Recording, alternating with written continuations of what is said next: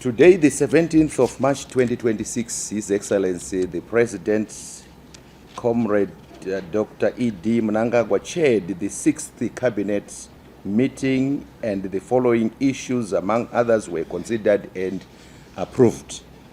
Cabinet considered and approved the review of licenses, permits, levies, and fees in the agricultural subsectors comprising crops, horticulture, fisheries, and fertilizer, in line with the Cabinet decision of the 29th of July 2025, which approved the implementation of a raft of business reforms in 12 sectors of the economy. The review process is aimed at reducing the cost of doing business, increasing competitiveness, enhancing the viability of enterprises, and enabling the growth of the Zimbabwean economy. Cabinet approved the streamlining of duplicated and overlapping regulatory licenses and permits, removed unnecessary levies and fees, and lowered unjustifiably high levies and fees for the agricultural subsectors comprising crops, horticulture, fisheries, and fertilizer, as per the following highlights. The first one, reduction of the Agricultural Marketing Authority contractor registration fees for crops from $1,000 to $250. Second one, reduction of the Agricultural Marketing Authority trader registration fees from $1,000 to $100. Reduction of the effluent discharge cost from $27,000 to $13,500. Then reduction of the pesticide registration fee from $300 to $150. Removal of the 15.5% value-added tax on fish and fish product sales. Reduction of the National Parks and Wildlife Management Authority lake lease fees from $30,000 to $15,000, and the removal of fish harvest fees, which was pegged at $7.50 per ton.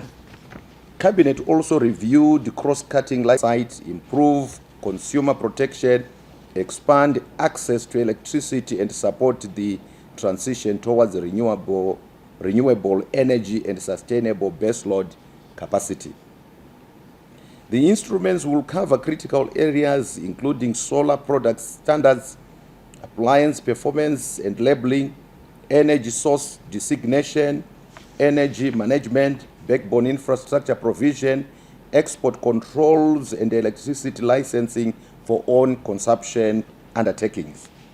The instruments will further strengthen and complement both the existing legal frameworks and the Zimbabwe National Energy Compact that was launched in 2025 to ensure energy security, efficiency, and resilience in line with the objectives of Vision 2030. The specific principles of the statutory instruments and regulations are as follows. Number one, Energy Regulatory Notice 2026, focusing on designation of energy sources. Number two, Energy Regulations of 2026, focusing on solar products and installations. Number three, Energy Regulations, again of 2026, focusing on minimum energy performance standards for appliances and laboring. Then the fourth one is Electricity Regulations of 2026, focusing on energy management. The fifth one is Energy Regulations of 2026, focusing on provision of backbone infrastructure. The sixth one is Electricity Regulations of 2026, focusing on export controls. The seventh one is Electricity Regulations, again of 2026, focusing on own consumption and undertakings licensing capacity. And lastly, Electricity Regulations of 2026, focusing on electricity vehicle charging station safety. Cabinet received and approved an update on Zimbabwe participation at the forthcoming 61st International Arts Exhibition of La Biennale di Venezia, or the Venice Biennale in Italy, from May to November 2026, as presented by the Acting Minister of Sports, Recreation, Arts and Culture. The Venice Biennale is the world's most prestigious platform for visual arts exhibition, which will enable Zimbabwean artists, curators, and thinkers to articulate their own perspectives, histories, and futures. Zimbabwe's presence will enhance its visibility among influential international stakeholders, fostering relationships that extend beyond arts into tourism, education, and broader economic partnerships. Zimbabwe is participating for the 8th consecutive year, having made its debut at the 54th edition of International Arts Showcase in 2011. Zimbabwe will be represented by the National Gallery of Zimbabwe, which will be running an exhibition at the pavilion at the 61st edition of the exhibition. The commissioner of the pavilion will be the executive director of the National Gallery of Zimbabwe, while the curator will be the deputy director. The pavilion will showcase 5 visual artists, namely Miss Eva Rath, Mr. Gideon Gomo, Mr. Felix Shumba, Mr. Franklin Zingai, and Mr. Pardon Mapondera, who will exhibit under the theme, and I quote, "Second Nature, Manyonga," close quotes. Honorable Vice President General retired Dr. C.G.D.N. Chiwenga visited Goa in India on the 19th of December 2025 to attend the celebration of the Feast of Santa Barbara at the Chapel of Santa Barbara.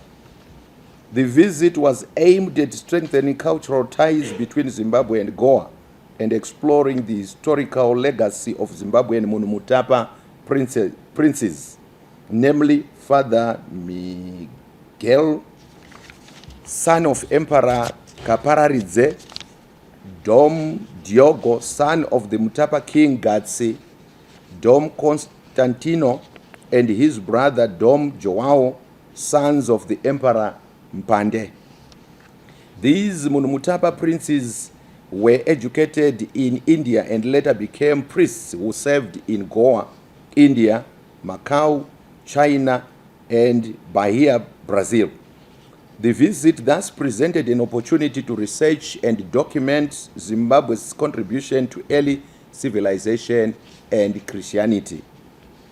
The visit enabled a Zimbabwean research team to establish initial contact with Indian academics and historians who provided detailed insights into the Goa archives, which contain rich historical collections of Portuguese activities in Goa and sub-Saharan Africa. Cabinet also received a report on Honorable Vice President Colonel retired Dr. KCD Mohadi's attendance at the Kakaro and Kavalamanja commemorations in Zambia, which were held from the 6th to the 7th of March 2026. The Vice President's attendance at the Kakaro and Kavalamanja commemorations was related to his previous tour of Zimbabwe's Liberation War heritage sites in the Southern African Development Community SADC region in August last year. The Vice President led the 48th Kavalamanja commemorations, which began with a candle lighting ceremony at the Kakaro Shrine, honoring Zimbabwean guerrilla fighters, Zambian army personnel, and civilians who died in 1978 Rhodesian attack. The Vice President expressed gratitude to the Republic of Zambia for the support rendered to Zimbabwe during the struggle for independence.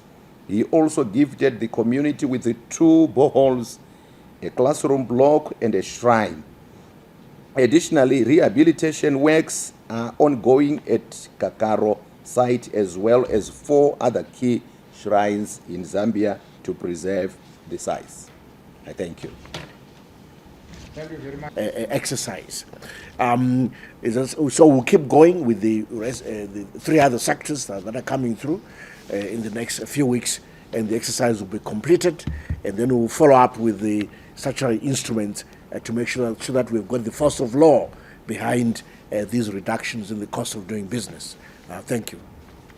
It went off entities, regulatory entities that whose revenues will come under pressure from this reduction in fees and levies, and besides entities that are being regulated in the corporate sector should make a bit more money, so Treasury should also raise a bit more funding from them, resources from the corporate taxes and so forth. So we should have some revenue to support these entities. As I said, then we'll proceed as well with enacting the various statutory instruments which will bring the force of law behind these reductions in levies and fees over the next few weeks, and we intend to complete the entire exercise in the next few weeks when we cover the remaining 3 sectors. Thank you.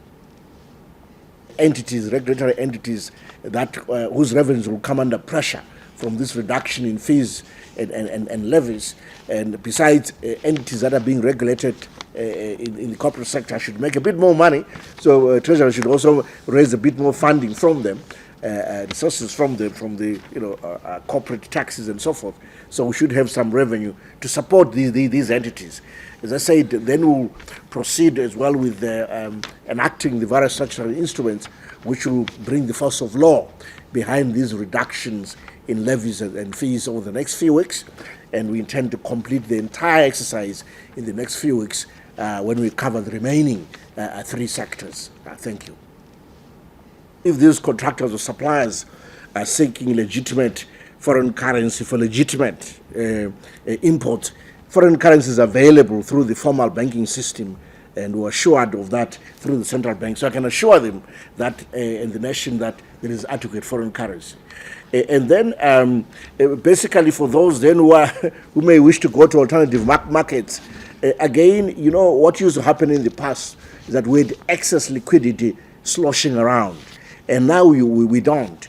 So really what should happen is if we're insisting that we pay out in ZiG, the economics dictates that the domestic currency should appreciate.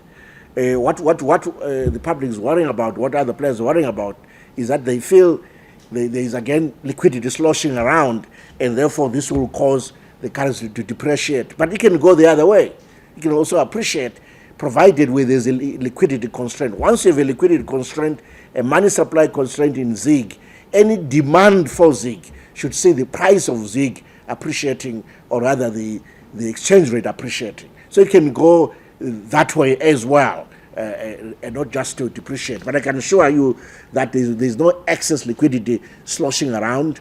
We have effective instruments to mop up any excess liquidity, including NCDs, higher policy rates, and other almost or open market operational instruments to deploy in order for us to mop up our liquidity.